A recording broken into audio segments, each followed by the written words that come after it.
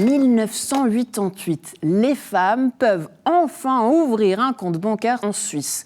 Mais alors, comment est-ce qu'on explique qu'aujourd'hui encore, les femmes investissent moins et s'intéressent moins à ces questions ? Eh bien, on va en parler avec notre invitée du jour, Sarah Genekan-Mich, qui a écrit ce livre, Ce que valent les femmes. Elle est gestionnaire de fortune, elle va nous donner tous les bons conseils, toutes les bonnes astuces pour investir et surtout nous dire comment on vous pose juste ici. Eh bien, fais voir ta région, c'est parti.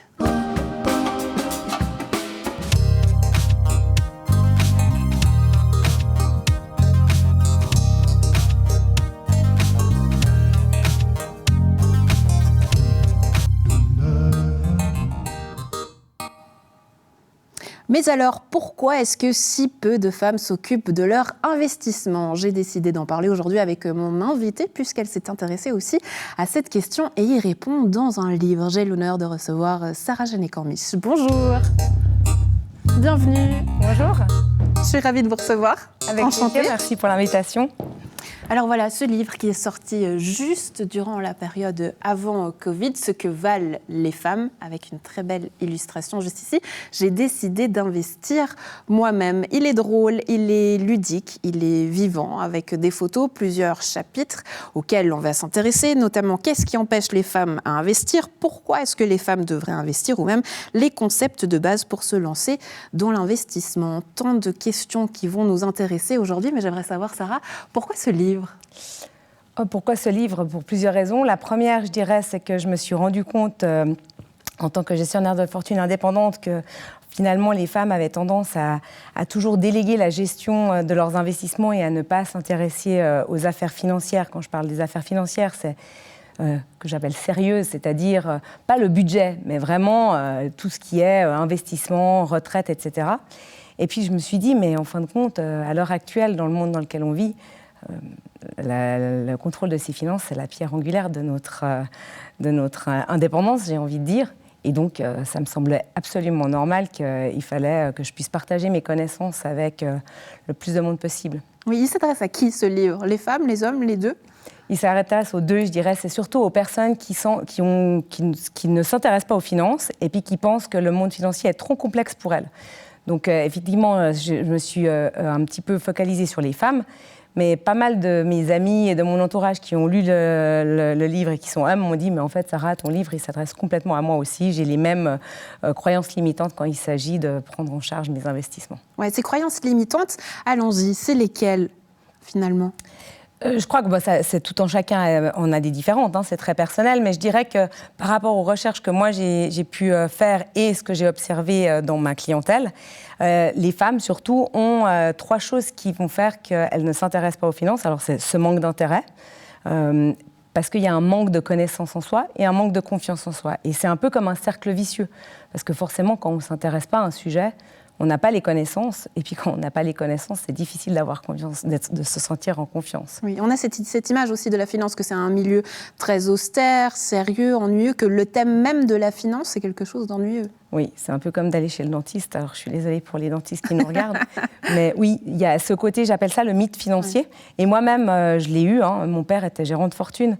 Et quand j'étais petite, je lui disais toujours, mais jamais je ne ferai le même métier que toi. Alors, il rigole toujours, parce qu'en fin de compte, j'y suis quand même arrivée, mais par une autre voie. Mais c'est vrai qu'on a cette sorte de mauvaise image de la finance. Est-ce que c'est lié à des choses de valeur, au fait que peut-être le monde financier, on le voit comme très compétitif. Souvent, on peut dire que c'est un monde de requins. Il y a tout plein de choses là autour. Et puis, je parlais de croyances limitantes tout à l'heure, mais c'est vraiment par rapport aussi à notre propre relation avec l'argent. Comme si... il y a quelque chose de tabou, non ? Parler de l'argent... De tabou. Pas toujours. Ouais, de sale. On parle souvent plus facilement de nos vies sexuelles que de nos affaires financières. Ce qui est quand même très étonnant. Mais oui, de tabou. Et puis peut-être aussi de sale sur l'argent, surtout pour les femmes, de dire « Oui, mais en fait, l'argent n'est pas une question » ou « Ça n'est pas à propos de l'argent. Ouais. » Et ça a un impact. Qu'est-ce qui empêche les femmes à investir? C'est vrai que chaque année, moi, je vois une fameuse théorie, c'est celle du pot de yaourt, je crois, oui. Vous l'expliquiez avant autrement, qui fait que, enfin, on explique que les femmes ont moins tendance à investir parce qu'elles vont acheter, des pots de yaourt, tous les petits biens de la maison du quotidien, et puis que les hommes, eux, vont faire de gros investissements, acheter une maison, une voiture, et du coup, ça crée forcément un fossé. Oui, ça crée un fossé. Alors, il y a plusieurs choses à prendre en ligne de compte. La théorie du pot de yaourt, c'est celle de Titu Lecoq qui a écrit un excellent livre qui s'appelle Le couple et l'argent, que je recommande fortement. Mais il y a plusieurs choses. Il y a le fait que déjà, peut-être, les femmes n'ont pas les mêmes niveaux, la même réalité financière que les hommes. Souvent, elles vont avoir des salaires qui sont plus bas, pour différentes raisons, mais surtout parce qu'elles ne demandent pas ces augmentations. Et puis du coup, elles se focalisent sur l'achat des pots de yaourt plutôt que sur l'achat de la voiture. Donc ça a forcément un impact. Mais en termes d'investissement, j'ai envie d'aller plus loin. Parce qu'en Suisse, si on regarde, beaucoup de femmes sont de très bonnes épargneuses, tant sur un compte épargne que par exemple via des troisièmes piliers. Mais ce sont toutes de l'épargne qui n'est pas investie. Et ça, sur une durée de, 5, 10, 20, 30 ans, ça a un impact parce qu'il y a un manque à gagner. Alors que les hommes, eux, investissent en bourse. Et eux, ils se retrouvent, du coup, avec suffisamment de patrimoine pour pouvoir acheter autre chose que des pots de yaourt. C'est intéressant, ça veut dire qu'on a génétiquement une manière d'investir qui est différente. On va y revenir, si vous le permettez, d'ici quelques instants. Mais quand même, si on revient à cette question de société, parce que moi, quelque part, ça m'agace. On a cette idée, on gagne toujours pas la même chose entre les femmes et les hommes, il y a cette inégalité, d'accord. Mais ensuite, il y a une réelle question de société. Aujourd'hui, la paternité, avoir un congé paternité qui nous permettrait aussi peut-être être d'égal à égal. Un congé paternité, un congé maternité, chose que certains hommes veulent d'ailleurs. C'est un vrai enjeu de société aujourd'hui, ces questions du fait qu'une femme ne puisse pas investir comme elle veut. La société ne le permet pas. Non, alors, on ne va pas refaire la société parce qu'il y a aussi un aspect politique, mais effectivement, le congé parental, mais il y a d'autres choses dans la réalité financière des femmes qui est différente de celle des hommes. Au-delà du congé parental, du travail à temps partiel, du fait que nous vivons plus longtemps, que nous avons des coûts de santé qui sont plus élevés. Donc tout ça, et puis en plus on prendra moins de risques à investir, et tout ça mis tout bout à bout, ça a un impact sur la qualité de vie, le fonds de pension, etc. Et vous rajoutez là-dedans le fait qu'il y a quand même plus de 50% de séparation / divorce, si la femme a fait un temps partiel ou travaille moins ou a accepté peut-être un poste moins important pour s'occuper des enfants, ça va aussi avoir un impact sur ses finances. S'intéresser à ses finances, c'est donc prendre les choses en main, avoir une certaine indépendance. On va y revenir. Mais vous parliez tout à l'heure de cette différence entre les femmes et les hommes dans la manière d'investir. C'est laquelle ? Alors déjà, de manière générale, les femmes investissent moins que les hommes. Mais ce qui m'a interrogée quand j'ai commencé à faire mes recherches pour le livre, je me suis dit, allons voir un petit peu c'est quoi les études. Et les études montrent qu'en fin de compte, il y a moins de femmes qui investissent que les hommes, mais quand les femmes investissent en bourse, elles ont tendance à avoir des meilleures performances. Donc, je me suis un petit peu interrogée de dire, mais d'où ça vient ? Pourquoi ? D'où ça vient ? Ouais. Et vous parlez d'ADN, alors je ne sais pas si c'est vraiment l'ADN, mais c'est en fait lié essentiellement au comportement. On sait que les investisseurs et investisseuses ont tendance à être irrationnels, on parle toujours de l'irrationalité des marchés, mais on se rend compte qu'en fin de compte, quand les femmes investissent, elles ont un comportement naturel, ou enfin en tout cas instinctif, qui fait qu'elles font moins d'erreurs d'investissement. Comme par exemple, comme elles ne s'intéressent pas tellement à ce qui se passe sur les marchés, elles vont faire beaucoup moins d'achats et de ventes. Elles vont faire plutôt des investissements qu'elles gardent et puis qu'elles ont tendance à presque oublier. Ça veut dire que c'est des investissements moins risqués ? C'est pas forcément moins risqué, mais ça veut dire que du coup, comme elles achètent et qu'elles vendent moins, déjà, il y a moins de transactions. Donc, il y en a plus dans leur portefeuille. Et puis, il ne faut pas oublier qu'à chaque fois qu'on achète ou qu'on vend quelque chose, on prend le risque d'avoir pris la bonne décision ou la mauvaise décision. Et ça, les erreurs de décision, ça impacte aussi la performance. Et donc, en fait, le côté non-intérêt, dans le livre, je compare un petit peu la femme qui investit en bourse avec l'homme qui va faire du shopping et vice-versa. Mais en fait, l'homme qui va faire du shopping, il va aller, je dois acheter un pantalon, je vais au magasin, j'achète mon pantalon et c'est basta. Alors que la femme, elle va peut-être aller, j'en profite pour faire les soldes et puis peut-être que je vais pour acheter un pantalon, mais je repars avec 3 chemisiers et une ceinture.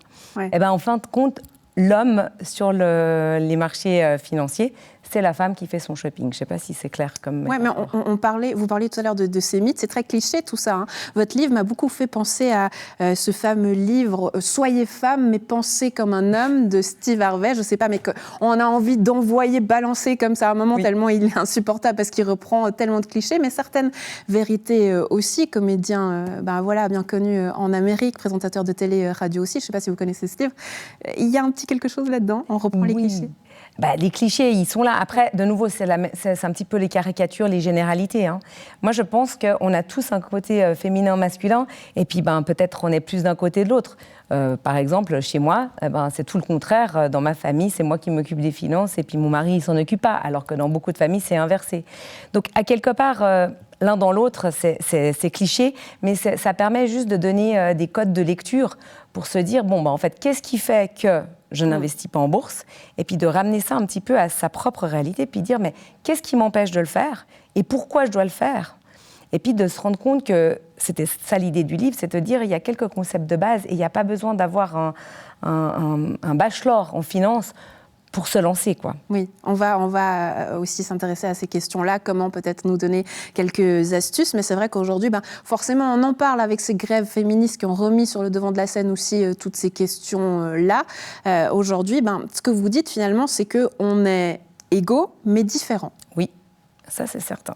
Ouais, c'est intéressant. Égaux et différents, et puis c'est là où on a tous des forces et des faiblesses, mais qui peuvent être stigmatisées entre hommes-femmes, mais qui sont très personnelles finalement, parce qu'on est tous uniques en tant qu'êtres humains. Et l'idée, c'est de se dire, en fait, qu'est-ce qui m'empêche de faire des choses et pourquoi je dois le faire ? Bon, très bien. Allons-y sur ces concepts de base pour se lancer dans l'investissement. Déjà, quels sont peut-être les conseils que vous pouvez nous donner pour avoir une bonne éducation financière ? Alors, une bonne éducation financière, je dirais, revenez à des concepts de base et le bon sens.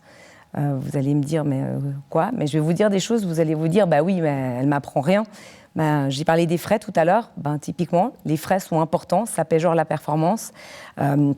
Surtout sur des durées année après année. C'est un petit peu comme le calcaire dans la machine à laver. On ne s'en rend pas compte parce qu'on se dit « Ah, mais c'est 0,5%, 1%. » Mais sur une longue durée, ça va avoir son impact. Et donc, vérifiez vos frais. Donc, essayez d'avoir des produits qui ne soient pas trop onéreux. Et je vais vous dire, quand je vois ce qu'on a sur les marchés financiers, on sait très bien comment les services financiers se font leur beurre. Donc, ça, c'est la première chose. Ouais. Deuxième La deuxième chose, c'est investissez dans ce que vous comprenez. De nouveau, ça semble logique. Mais si on n'y comprend rien, parce qu'on a cette idée aujourd'hui, enfin vous-même vous êtes gestionnaire de fortune, comme moi je peux demander conseil uniquement que si j'ai une grande fortune. Alors c'est faux. Non, c'est l'idée du livre. Maintenant, on est quand même en Suisse, il y a plein de plateformes, plein de choses qui sont à disposition pour faire des investissements à partir de 10 francs. Il n'y a plus besoin d'avoir ces grosses fortunes. Puis quand je disais investir dans ce que vous comprenez, c'est aller plus loin. C'est de dire, quand vous investissez dans une société, si vous investissez dans Apple, par exemple, vous comprenez comment Apple fait son argent. Voilà, ils vendent des téléphones, etc. C'est clair. Je ne sais pas si vous avez entendu parler de Madoff, alors ça fait maintenant quelques années. Madoff, il y a plein de gens qui ont investi, des privés et des professionnels. Et des banques privées ici aussi à Genève. Si vous réfléchissez, qu'est-ce que tous ces investisseurs, qu'ils soient privés ou professionnels, avaient en commun ? Personne n'a compris ce qu'ils faisaient. Parce que s'ils avaient compris, ils n'auraient pas investi. Oui. Et c'est là où je veux dire, c'est que quand on vous vend un produit ou qu'on vous dit investissez là-dedans, voilà, revenez au bon sens, dire est-ce que je comprends le risque que j'ai, comment l'argent va se faire, d'où les rendements vont venir. Parce qu'il n'y a pas de magie, malheureusement. Oui, ça c'est intéressant, mais si on regarde maintenant la carte, si on localise à plus petite échelle chez nous, plusieurs banques, plusieurs fonds de piliers, le fait d'avoir cette diversité aussi, c'est un avantage, un désavantage ? Alors, il ne faut pas oublier, c'est que vous pourriez vous dire, j'investis via deux banques différentes, mais si les deux banques ont la même stratégie et investissent dans les mêmes sociétés ou les mêmes placements, vous n'allez pas avoir c'est de la fausse diversité. D'ailleurs, la diversification, c'est aussi un des concepts de base. Oui, et on le voit, le paysage aujourd'hui, même financier de la Suisse, a beaucoup changé avec le départ de Crédit Suisse, qui est repris par UBS. Là, aujourd'hui, ça a quel impact dans nos finances ? Dans nos finances, personnellement, ça dépend si vous êtes client ou pas chez l'un ou l'autre. Personnellement, je pense que le fait d'avoir une grosse banque comme ça, c'est pas forcément la meilleure des idées. Ma foi, on en est là où on en est là.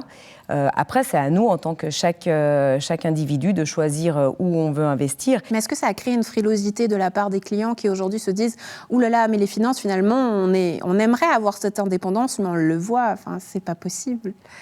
On se fait très vite rattraper par les grandes décisions. Ouais, par les grandes décisions. Après, vous pouvez aussi utiliser la banque pour ce qu'elle est. La banque, le problème, vous prenez l'exemple de UBS, c'est une banque qui offre plein de services différents. Donc ça peut être la banque, le côté dépositaire, là vous allez stocker votre argent, mais en même temps ils vous font la carte de crédit, en même temps ils vous font l'hypothèque, en même temps. Donc c'est un petit peu de se dire, est-ce que c'est bien d'avoir tous les conseils au même endroit ? Parce qu'on peut aussi se dire, j'utilise UBS pour l'hypothèque, mais pour tout ce qui est investissement, je vais dans une autre banque. Oui, y avoir des investissements aussi peut-être dans des domaines très différents, comme l'immobilier. Exactement. L'immobilier en Suisse est un investissement, tout à fait. Après, de nouveau, il s'agit juste de comprendre. Par exemple, vous me disiez, vous n'avez peut-être pas les connaissances financières, mais si demain je vous dis, je vais ouvrir une pizzeria, est-ce que vous êtes d'accord d'investir 20 000 francs dans ma pizzeria ? Vous n'allez peut-être pas savoir comment faire les pizzas ni gérer le restaurant, mais vous allez comprendre d'où viennent les rendements. Et ça, c'est, je pense, la chose la plus importante. Parce que quand on vous vend une histoire qui, pour vous, vous dites... il n'y a pas de sens, je ne comprends pas d'où va venir le rendement, ou ça me semble trop beau pour être vrai, c'est que généralement, il y a une anguille sous roche. Là, vous faites quelque chose, à mon avis, de très féminin, cette fameuse petite voix intuition féminine, non ? C'est pas que féminin, parce que les hommes aussi sont capables de se dire « non, là, il y a un truc qui joue pas ». Par contre, après, peut-être les femmes, on est plus dans l'intuition en disant « la manière dont cette personne me raconte l'histoire, ça me parle pas ». Puis peut-être l'homme va dire « ah bah moi, je vais regarder le bilan comptable et puis là, je me dis que ça n'a pas de sens ». C'est peut-être juste une manière de piocher l'information et puis de la digérer qui est différente. Voilà, très intéressant. Toutes ces thématiques sont abordées dans ce que valent les femmes. J'aimerais revenir à quelque chose de plus personnel pour vous. À quel moment est-ce que vous avez eu le déclic ? Parce que vous nous disiez en début d'interview, moi, jamais. Vous aviez d'ailleurs dit ça à votre papa. Qu'est-ce qui a fait le déclic et ça en donnera peut-être d'autres à ceux qui nous écoutent ? Alors j'avoue, je suis arrivée un peu par accident dans le monde bancaire. Venant de Genève, il y a beaucoup de gens qui finissent dans les banques. Et puis j'ai eu un mentor qui m'a permis de prendre confiance en moi puis qui m'a expliqué les choses au fur et à mesure. Et puis c'est vrai, vous m'avez aussi demandé pourquoi j'ai écrit le livre. Mon père était gestionnaire de fortune, ma mère était bibliothécaire. Ça me semblait aussi chouette de faire quelque chose qui était là au milieu. Après, je pense que c'est vraiment... j'ai eu la chance d'avoir des personnes qui ont cru en moi puis qui m'ont expliqué les choses. Et puis aussi de casser ce mythe financier. Donc il y a quand même aussi une partie de développement personnel, j'ai envie de dire, où je me suis dit, mais Sarah, il faut que tu arrêtes de voir le monde financier de cette manière, comme s'il n'y avait pas d'intérêt. Et que finalement, si on fait des choses qui sont alignées avec nos valeurs, il n'y a pas de raison qu'on ne profite pas des rendements du marché, parce qu'on n'en a pas parlé, mais ça, c'est aussi une des choses qui repousse les femmes, de dire « Ah, mais moi, je ne peux pas investir dans des sociétés qui polluent la planète ou qui ne sont pas en accord avec mes valeurs ». Et donc, il y a un moment donné, il faut se lancer et puis faire ses choix. Oui. Est-ce que finalement, le fait de vivre en Suisse, ça n'a pas un petit peu facilité les choses ? Je m'explique, on a l'impression qu'aujourd'hui, avoir une banque en Suisse, c'est qu'elle a une qualité. La montre suisse, c'est une marque de fabrique, un cachet. Aujourd'hui, être dans les finances en Suisse, finalement, c'est aussi quelque chose, une sécurité. Si on vous avait donné cette thématique-là ailleurs, ça aurait été différent ? Probablement. Forcément que notre culture, ça définit aussi un petit peu ce qu'on fait. Il est vrai que malgré tout ce qu'il y a eu comme historique avec les services financiers en Suisse, entre comme on appelle la mort du secret bancaire, etc., et tout ce qui s'est passé, j'ai envie de dire, ces 10-15 dernières années, il y a eu pas mal de choses. Et puis, en fin de compte, les banques suisses sont toujours là. Et je pense que le service qui est donné est très important. Moi, j'ai plusieurs clients qui ne sont pas suisses, mais qui apprécient vraiment le professionnalisme qu'ils trouvent ici et l'expertise que nous avons au sein de notre pays. Cette expertise, elle est toujours au top. Si je vous donne une échelle de 1 à 5, aujourd'hui, la Suisse, elle se situe où ?